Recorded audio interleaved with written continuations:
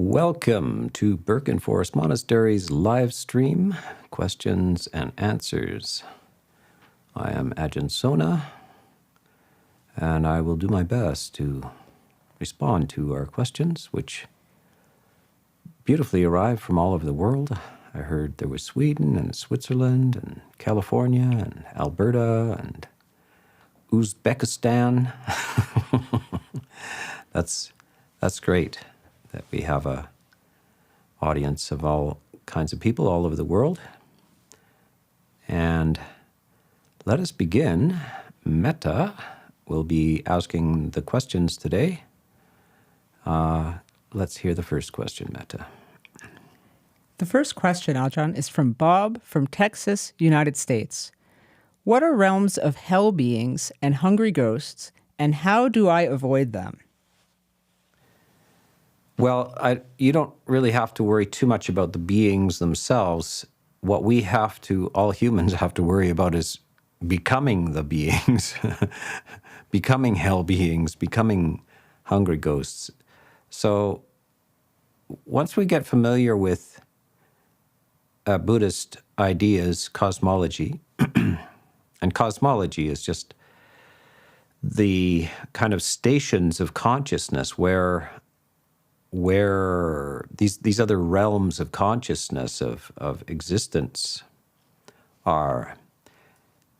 And many religions have basic ideas of these places, but quite often they don't connect humans to them. The explanations of beings in hell, like devils and the devil and angels and so forth, quite often disconnected from humans.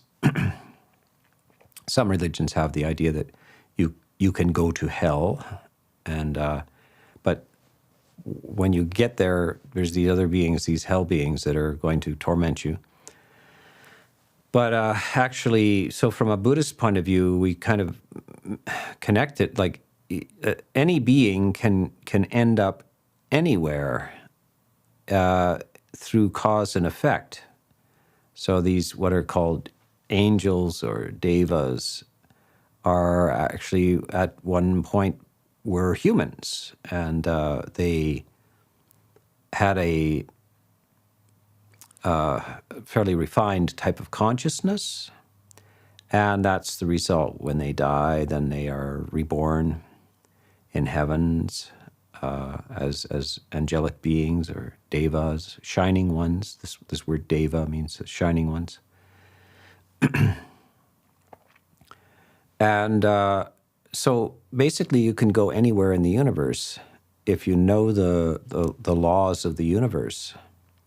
This is kind of like modern physics, where we're endeavoring to go into space. So you can actually get to the moon, you can get to Mars, you can send rockets into far distant spaces, and we know how to do that. In older cultures, they had ideas about how to get to an island off the coast by floating boats and so forth, and how to navigate they slowly learned how to navigate with wind and waves. And so humans are always learning more about how to go from point A to point B in the physical domain. And the Buddha is just a way ahead of the game in terms of how to go from point A to point B in the consciousness game. So a very refined and detailed map of the universe of possibilities of consciousness and being. So one should avoid the things that take you into the lower realms, which are greed, hatred, and delusion, the negative emotional states, and what keeps you away from those and protects you from those. So one of the great protective emotions is loving kindness, the metta, profound goodwill and friendliness for all beings, including those that are in these dark and tormented places, whether they whether they're in an alleyway or living under a bridge in Austin or Houston or Los Angeles or Vancouver, or in a maximum security prison or someplace like this, all these beings are in distress, and they get there because they didn't know how not to get there. They put in the causes that result in that, and they're there because of cause and effect. So all we have to know is how to avoid that and how to go into more refined and more beautiful states of consciousness. And this is available right here in the human realm. In the human realm, you can see all the levels of consciousness, from the deepest negative, hellish states to the most exalted, beautiful, heavenly, angelic beings. And you can even see animalistic tendencies in human. You can see people who are basically no more evolved than an animal. And so we want to encounter that kind of information that shows us the map of how to navigate in this spiritual universe, this emotional universe. Okay, question. Yes, the next question is from Carl, all the way in Bogota, Colombia. Dear Ajahn, how can one deal with chronic pessimism? For example, in a situation of professional and financial adversity where doors are slammed in one's face over and over again. Well, there are two kinds of answers to this question. One is practical, and systematic. And so that in order to get advice like that, and there is good advice by the Buddha, but what makes a good candidate, how to greet people, how to develop skills and crafts and the right attitude that would be helpful in navigating the world of livelihood, of relationships. So that's the first thing, is you have to bless yourself with those things. Do you have the skills? And can you carry them out in a conscientious way? Are you reliable? Do you have a good record of this? If you don't, then you have that work to do. You need skills which are appropriate and useful for livelihood purposes. Of course, there's other kinds of skills that may delight you and make you interested, but which are not much for livelihood. So your question centers around business and livelihood.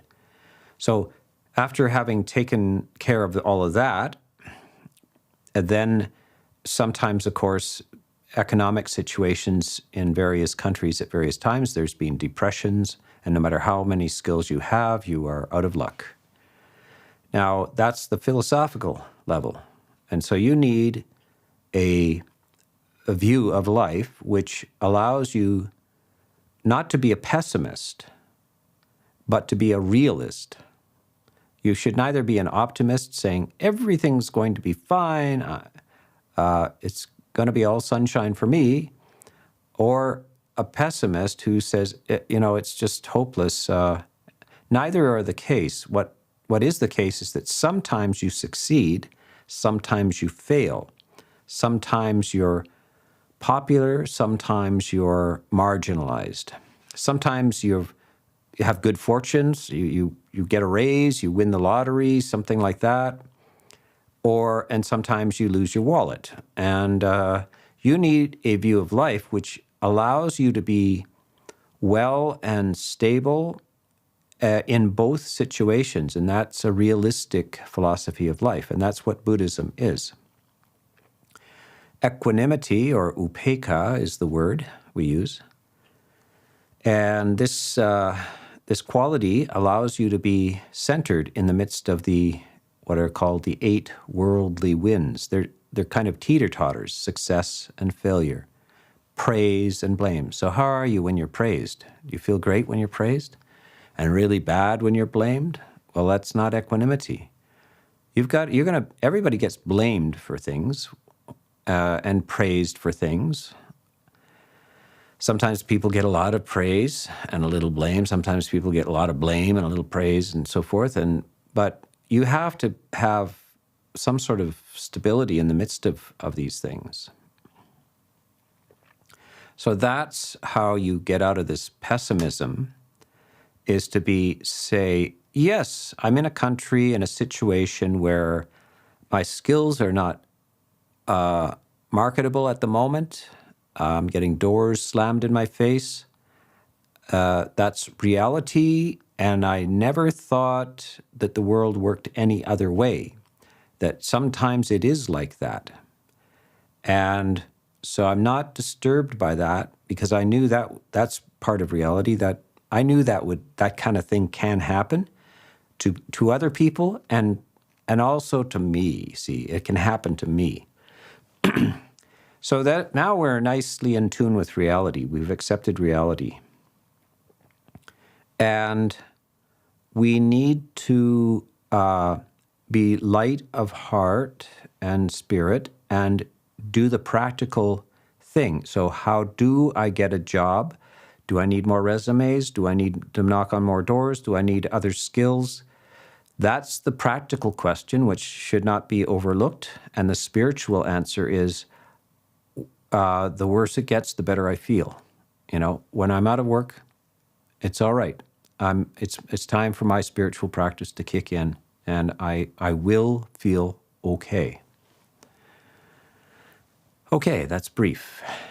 Let's go to the next question, Metta. Okay, we'll stay with the live chat with Stacy from Portugal.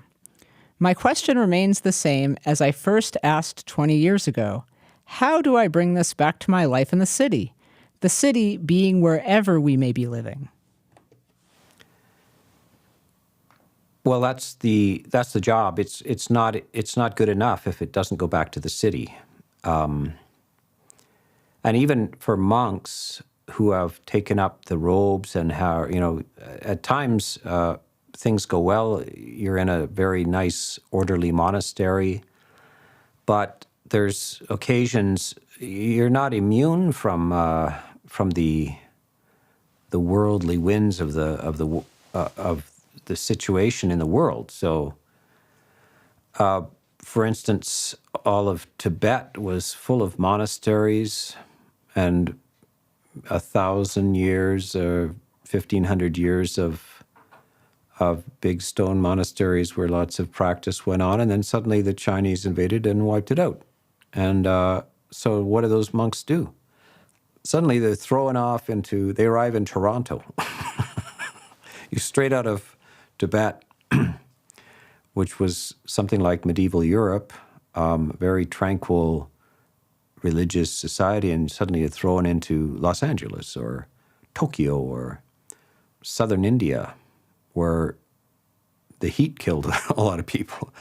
Tibetans are from the higher elevations, 15,000 feet and cold, and they couldn't adapt to the heat, and so everybody is at the mercy of the winds of change, and sometimes you're thrown into these situations, and you don't have much choice. You have to deal with it. By the way, I want to mention a story told by the Dalai Lama. So the Dalai Lama was some of the abbots of monasteries and monks, senior monks, were thrown into prison for 10, 20 years by the Chinese Red Guard, and they were abused and treated badly. And then when they finally got out, the Dalai Lama wanted to interview them, and he was talking to an abbot that had been in the jail for 15 years. And he asked, what kind of abuse was doled out and so forth. And then he asked the monk, were you ever afraid? And the monk said, well, once or twice I was afraid. And he said, what were you afraid of? He says, I was afraid I was going to get angry. So it's really it's our attitude that we bring into it. So when you bring it back to the world, just be afraid that you're going to get frustrated, angry, impatient, greedy. That's all we have to be concerned with. And if we don't do that, then we will be bringing it back to the city. I mean, it's not something that you have to grit your teeth to do. It's something that makes your life outside of a retreat much more bearable and pleasant. If you don't inflict self-suffering, then your life will be much easier, and it doesn't matter where you are. In fact, the more that the city, so-called city, or the ordinary society encroaches on your space, then the more valuable the practice is, and the lighter and easier it makes your life. So we're really trying to make things easier, not harder. And so we need to be very determined to keep it light and easy when we come back to the world. But to also understand, there's more distraction and so forth. The Buddha wouldn't have created monasteries if it was just the same out in ordinary society. So there are helpful environments, but we can't always control that, Okay, next question. Yes, the next question is from the live chat from Giant. Dear Ajahn, you mentioned at some point that Moggallana died a violent death from being beaten. What is the experience of pain like for an arahant like him? Could he detach from the experience? Yeah, did I mention that? Maybe some years ago? I don't know. So many stories. This is what happens, that every year you get older as a monk, you become more of a story machine. Yeah. This is still a story culture. That kind of the role of the monk is just to be this library of stories. Yeah, Moggallana was beaten to death, and how an arahant would experience that would be, yes, fairly highly detached. But that's not even that extraordinary. Like boxers are detached as well. They get beaten to a pulp. You see these people in these combat sports, and well, just even football, and they seem to be enjoying it. They can't wait to get out there and bash into each other. And they're not interpreting it as a terrible thing. They're interpreting as it feels like this, it feels like that, but that's part of the sport. So it is possible to recontextualize the physical pains in the body. And of course, seeing people do this to you, you do not have to be disturbed by it. As I say, there's a whole combat sports where you beat each other senseless. And, the moment the fight's over, they hug each other and they jump around, and I suppose the next day it hurts.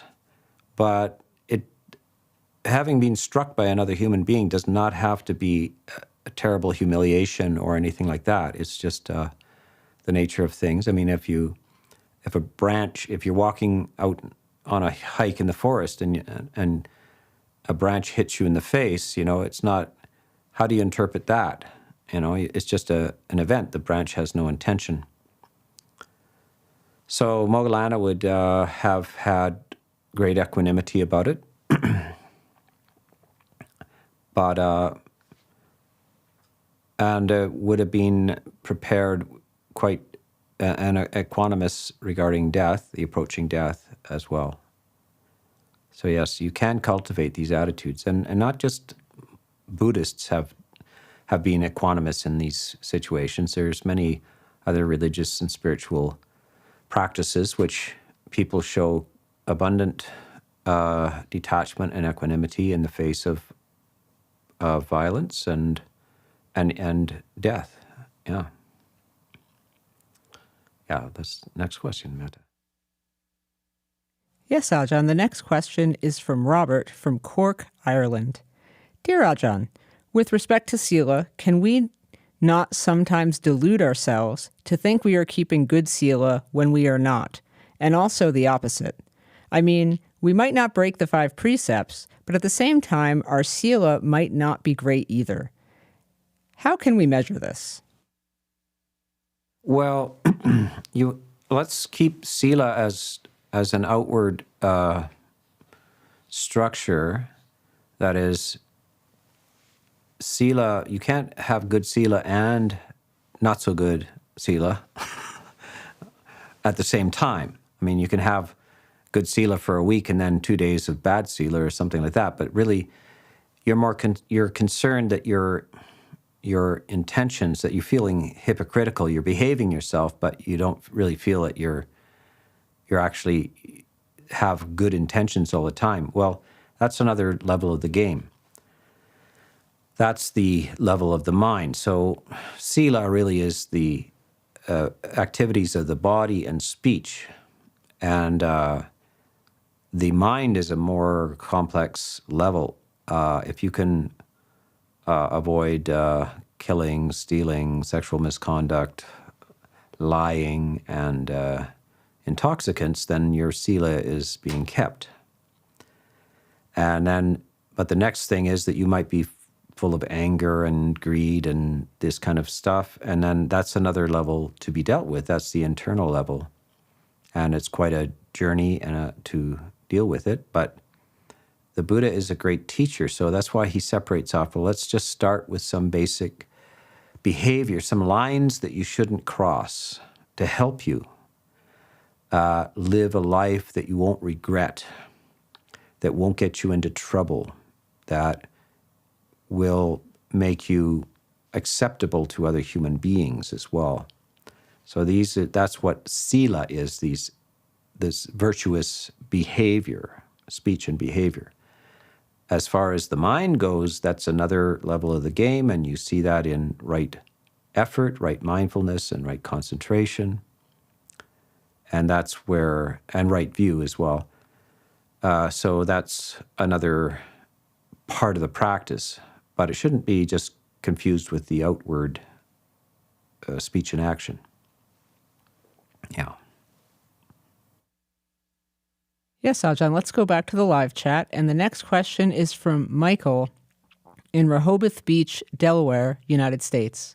If consciousness is a process, how am I able to change its direction? Is controlling the mental emotional structure part of the process? Or does the understanding of consciousness itself direct it? Well, it's only because it's a process that you can control it at all. If it was a thing, like a marble or a stone, then an unchangeable thing, then you couldn't control it or do anything about it. But it's because it's a process that you can direct it and redirect it. So a stream of water, you can direct it. If you look at a stream, you see whirlpools and patterns in it. So that's the personality. And the whirlpools, little repetitive patterns in the consciousness are not to be thought of as solid entities or the real you, the authentic you. They're not. They're just patterns, and they can dissolve completely. They can go away. All of you is a process. All of your body is a process. And we can see this, that, every 5 years, every cell in your body is gone, because it's a process. And your thoughts and your feelings are rapidly rising and passing away. So they can be redirected, and they have causality in them as well. So you can stabilize them. So you can change the pattern of a stream. You can remove some stones here and there, and whirlpools or little habit structures will absolutely disappear. And you dam it up, and it becomes tranquil body of water instead of a rushing river. So this is that you're fully malleable. And the Buddha often, the similes the Buddha gives for the mind is actually similes of water, how water is affected by boiling, by the ripples of wind on the surface, by dye, like colors put into it, by mud in it. But the nature of the mind is transparent, lucid, like water is. That's its H2O is just clear and nothing but this essence. And other things get mixed into it. So those other things can be removed. And you end up with this transparent, clear, lucid, and luminous mind, if you can remove those things. And because these are all additives or processes, you can. So yes, you learn to understand the cause and effect in mind. It's not simply a chaotic or a process which is strictly governed by nature and cannot be affected by your own decision making. You can make decisions, you can make effort, and you can change your mind. Yes, Ajahn, let's go back to South America with a question from the live chat from Trevor from Guyana. Hi, Ajahn. My meditation goes well on days when my time is limited and goes poorly on days when I have plenty of time. Do you have any advice for this situation?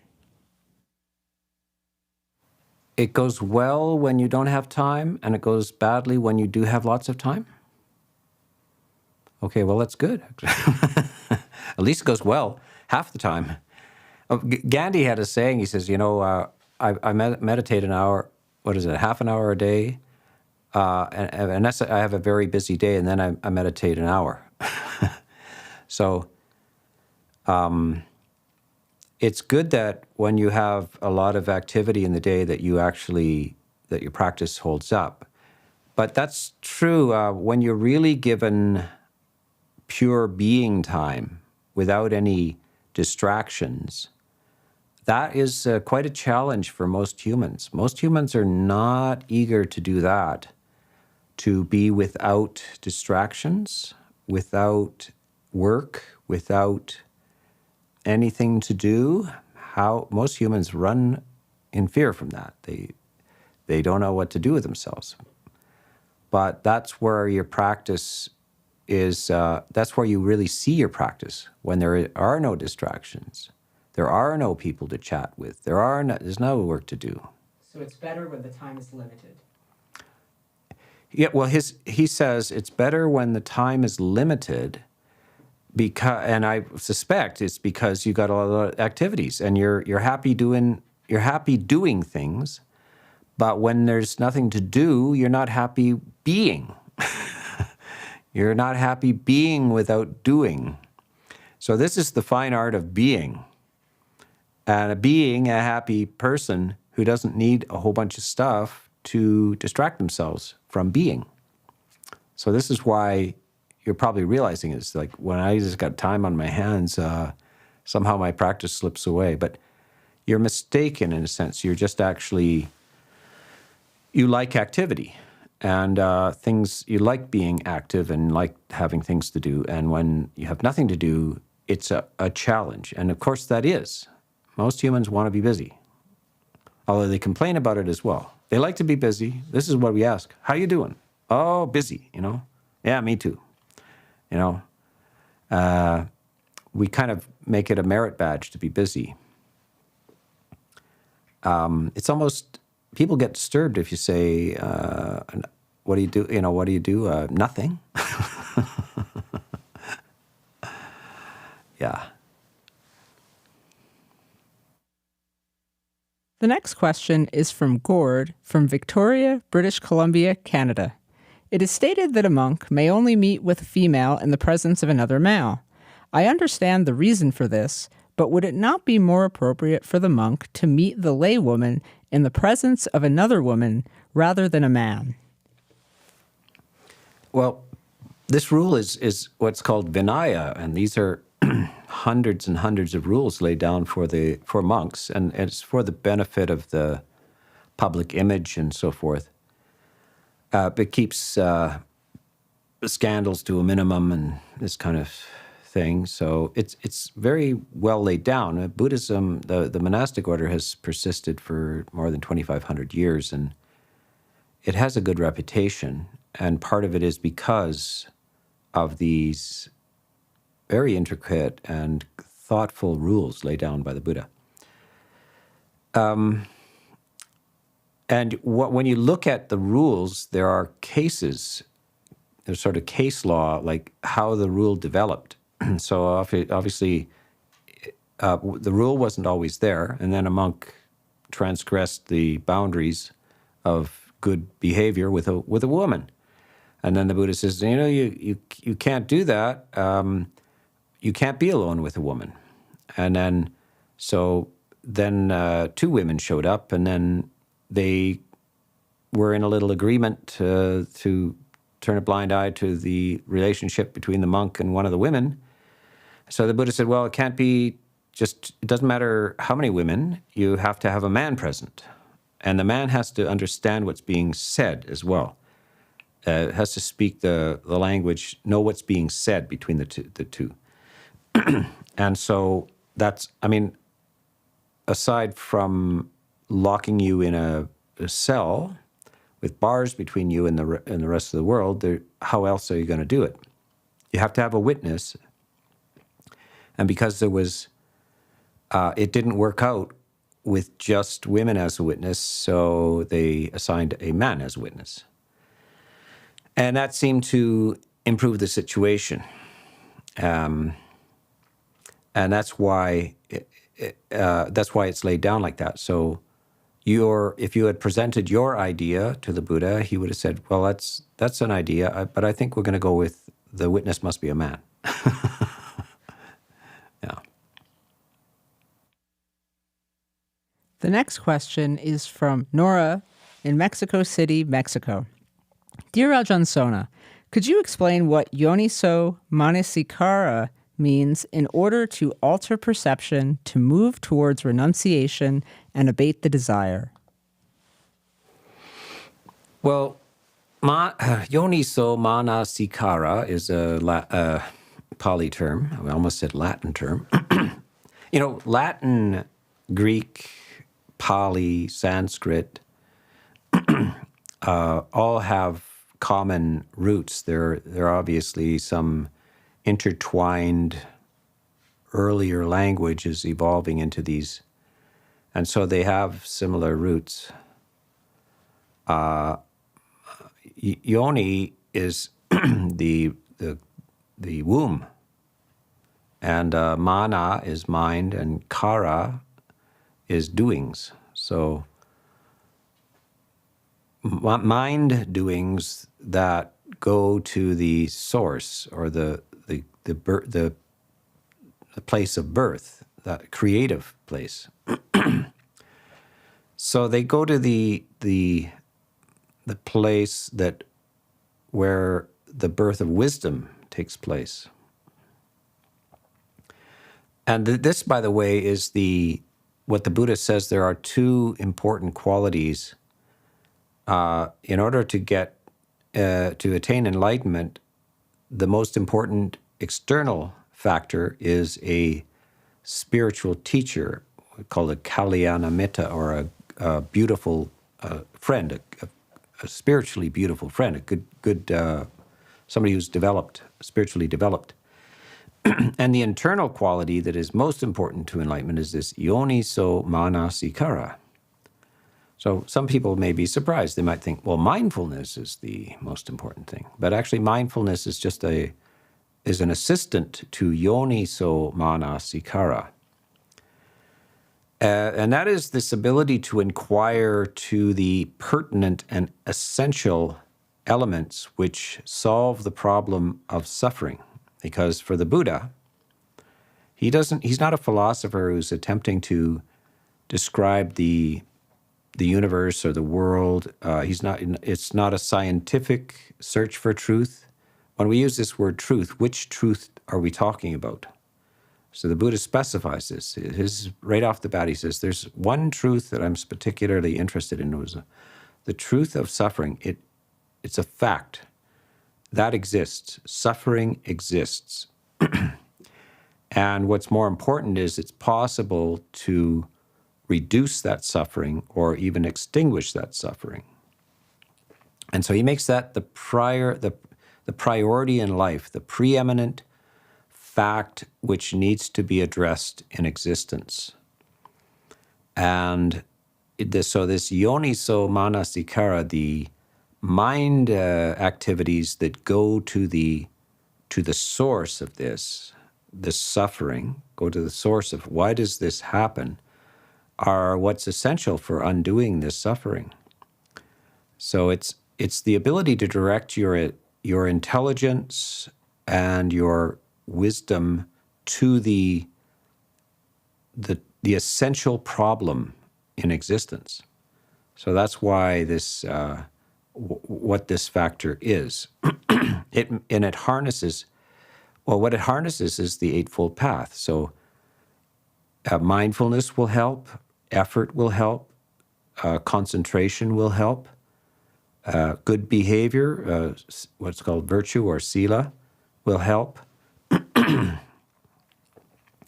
It will help this Yoniso manasikara, this going to the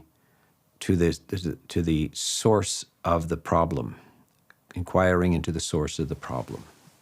Yeah. Yes, Ajahn. The next question is from the live chat from John. What is the best gauge to measure progress? Well, there's a number. I mean, but the most important element is that you start to feel better.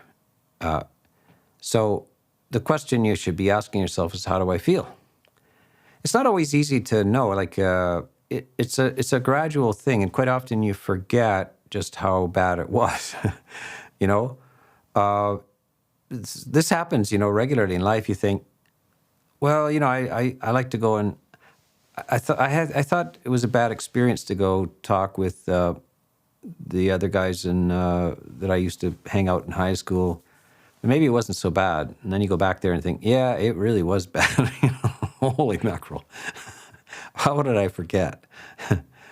So we actually forget things and we go back to things. You know, people, they drink too much booze and then they throw up and feels terrible the next day and they think, I'm never drinking again. And then 2 weeks later, they, well, you know, one shot wouldn't hurt, you know. And there you go again. So lapse of memory.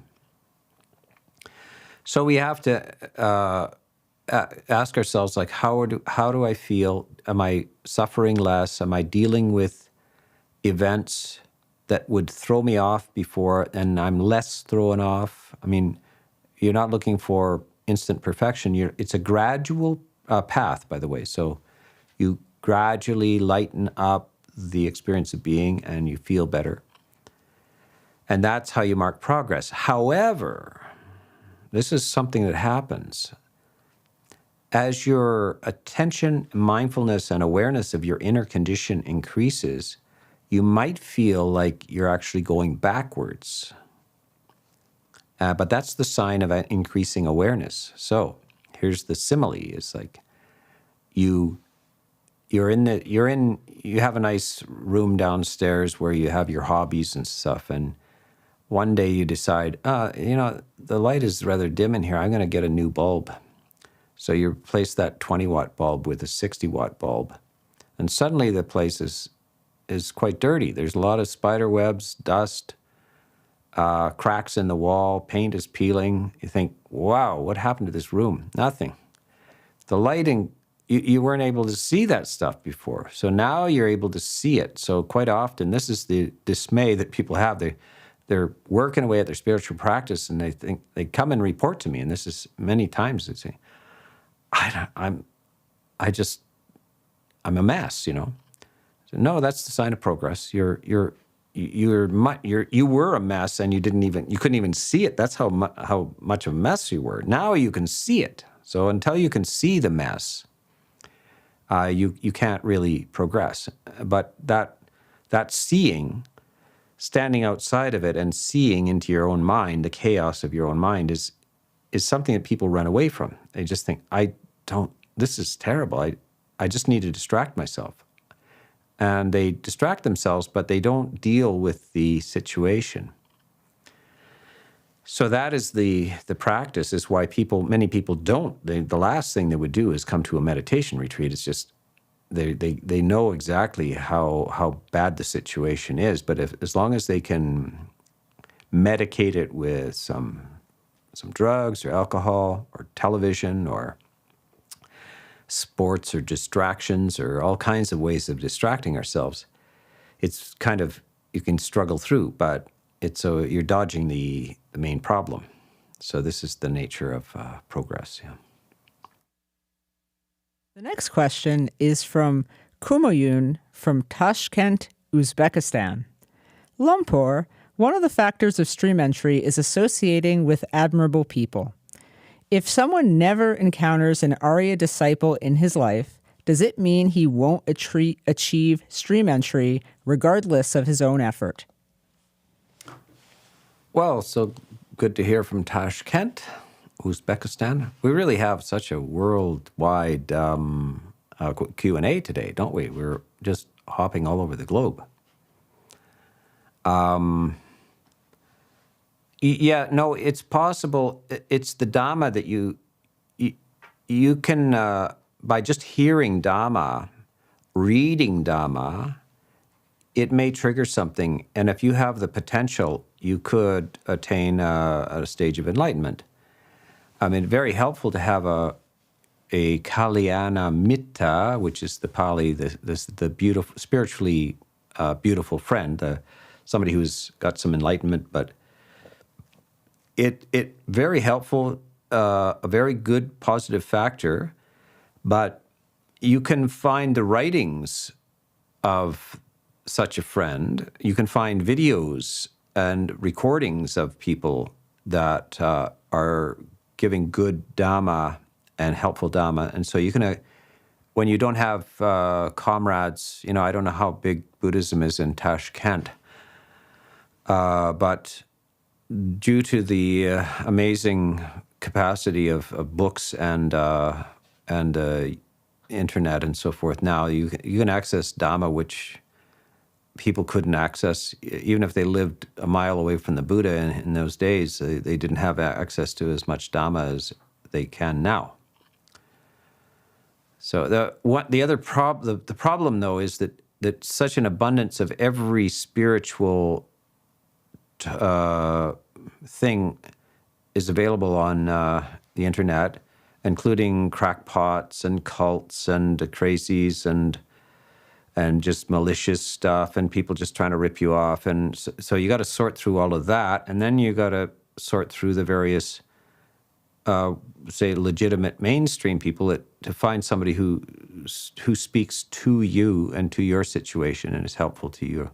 So that is maybe the overload of information is the biggest problem these days rather than the lack of it.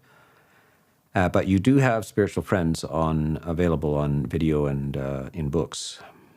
Yeah. The next question is from Anonymous in Toronto, Canada. Dear Ajahn Sona, I find when keeping the 8 precepts, sexual energies will come up, and I have a habit of suppressing them, which later leads me to transgressing the 3rd precept. Can you speak to how to work with sexual energies of the body in meditation without acting on them? I recognize the value in maintaining celibacy on one level, yet I question how to do this sustainably. Well, it's difficult if you're a healthy person in the prime of life, etc., and you're in the middle of a very open society that has no sexual constraints, and you're trying to keep 8 precepts as a layperson. See, monks have an advantage, and the Buddha set it up this way. Like he just said, this is very, very difficult. There are a few very sort of spiritually talented people can manage this without any special help, but the Sangha, the monasteries and the Vinaya, the rules of conduct, are set up just to help monks with these natural drives and so forth. It's special assistance. And so you regulate the environment, you lay down all these rules, and you confess every 2 weeks to other monks and this and that. And that's just to help, because here's something the Buddha said. So, monks, I know of no other thing in the universe that is more that a man likes more than the sight of a woman, the sound of a woman's voice, the scent of a woman, the thought of a woman, and vice versa.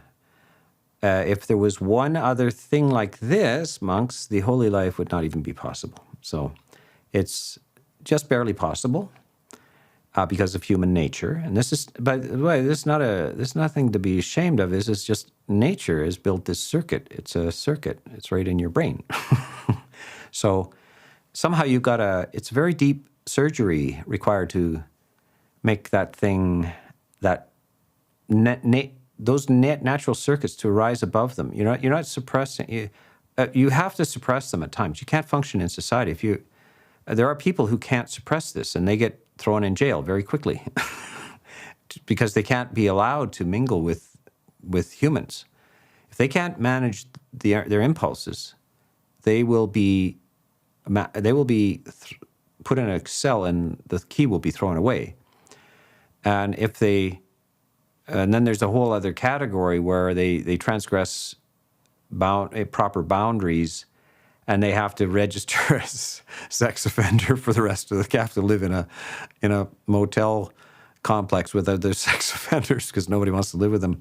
So obviously, some humans can't manage it at all. Then there's a good portion of the population that can manage it, but only they can just sort of stay within certain boundaries. And quite often they transgress these things. So you can see it's a very powerful natural drive. And whole societies have been set up to try to administer this, to try to get this under control. So, you should be aware, hey, this is a professional endeavor, and you should expect it to be a difficult thing. But you do need to suppress and restructure your mind, and it may take a lot of time, and you may fail again and again and again. But when you say, then I break the third precept, so the third precept is not just sexual activity. It's not really about sex. It's about sexual activity with the wrong party. So with somebody else's wife, somebody else's daughter. It's not about sex. It's about transgressing boundaries, proper boundaries, which you should not do. And so you can't go from 8 precepts celibacy to having sex with your neighbor's wife.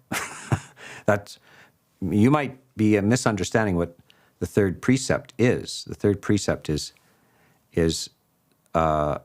sexual activity with somebody who is off limits. It's not just sex. It's about off limits.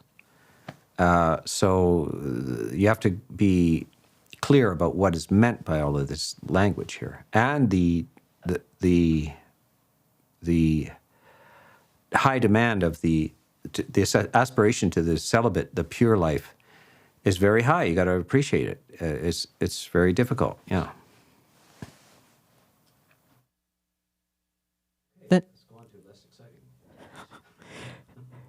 The next question is from Anonymous from Florida, United States. Ajahn Sona, aspects of caring for my husband are difficult. Mental hills and valleys. He has chronic pain from various maladies and takes medication and is a 2-tour Vietnam combat veteran. PTSD with sprinkles on top. Kindly offer guidance and sutta references if possible. Well, these two conditions go together well, and that is that medications, opiates, and painkillers are quite often used, and including alcohol, are used by people with mental pain, and PTSD is classically mental pain, and lots of soldiers and people in, there's a lot of events in life which can traumatize certain people. Some people are not so susceptible to trauma, others are, and it's quite understandable. And that trauma is like a physical wound, and this is the nature of addiction. It's very interesting. I've spent years researching, why do some people become addicted to things and why others don't. And so when we look at it, it's that emotional pain and physical pain are quite often confused by the mind. The mind can't really tell the difference. So you sometimes you feel I must be coming down with the flu, or maybe I'm just feeling sick about the workload that I have tomorrow, or that I have to give a speech in public. I feel like I'm coming down with the flu, or I'm just terribly anxious. You can't tell the difference. So these medications that deal with physical pain also soothe the mental pain. So this is the crossover. Now, you can't cure him, and the first person that you're going to alleviate pain from is you. You're going to say from the high point of view is like, this is the tragedy, this is the suffering of human existence. War is not an unusual event in human history. It's just everywhere in human history. Violence, cruelty, trauma, pain is just everywhere. Look from the high point, go up on the top of the mountain, look down on the sorrowing crowd, the sick and sorrowing crowd, and you'll realize it's just universal. It's just a matter of time, really. Virtually everybody has some of it. Some have extraordinary amounts of it. How can we see this without distressing ourselves more than is necessary? And by the way, because there is so much distress in the world, you should not add to it by being distressed. The idea is not to be distressed about the fact that there's distress. That just increases the distress and the pain. So you have to say, yes, I care about him. He is a mess, emotionally and physically, and there may be no easy answers out of this, but I am seeing the truth of suffering and the truth of what it is to be a human. And I can do something about my own suffering regarding this.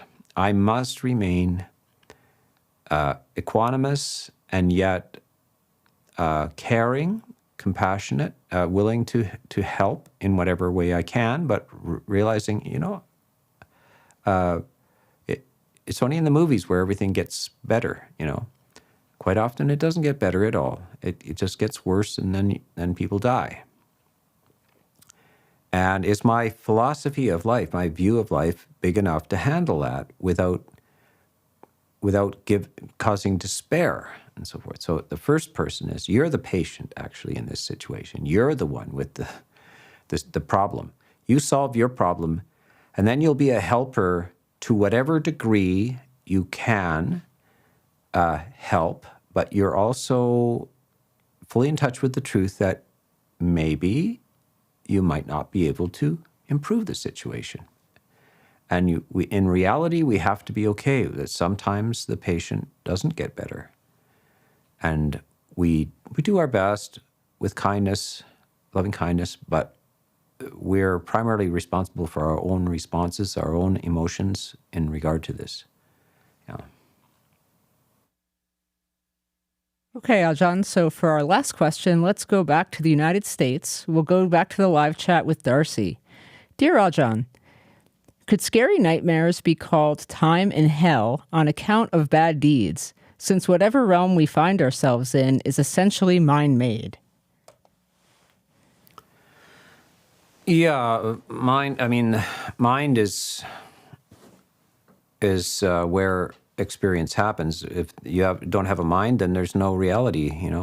The universe only, in a sense, exists only because there's something conscious of it. We're conscious. There is no reality when there's no consciousness. There's no reality.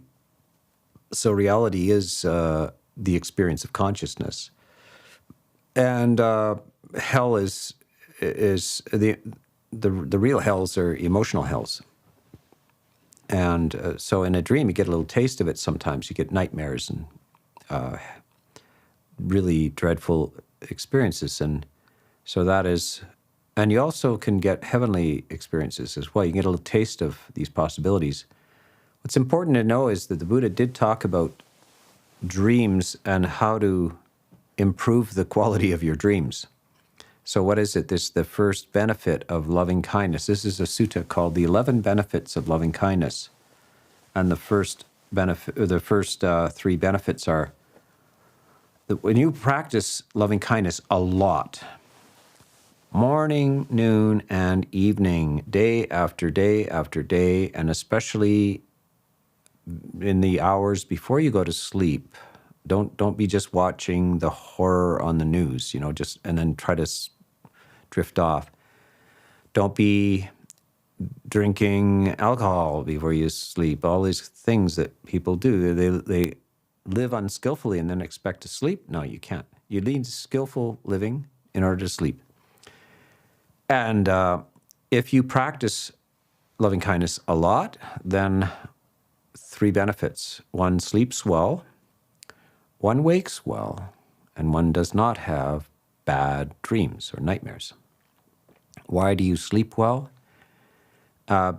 Because there is no fear and anxiety. So loving kindness overcomes fear and anxiety. It's a feeling of safety. Why do you wake well? Because you had a good sleep.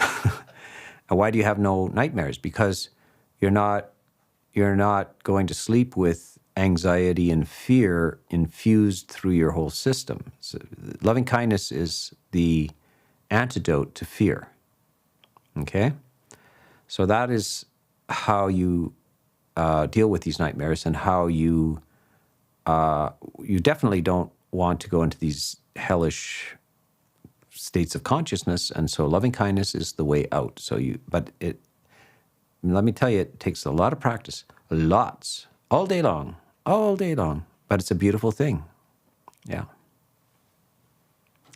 So we will close out our Q&A for today with our new interrogator, Metta. And thank you very much, Metta. You did a great job.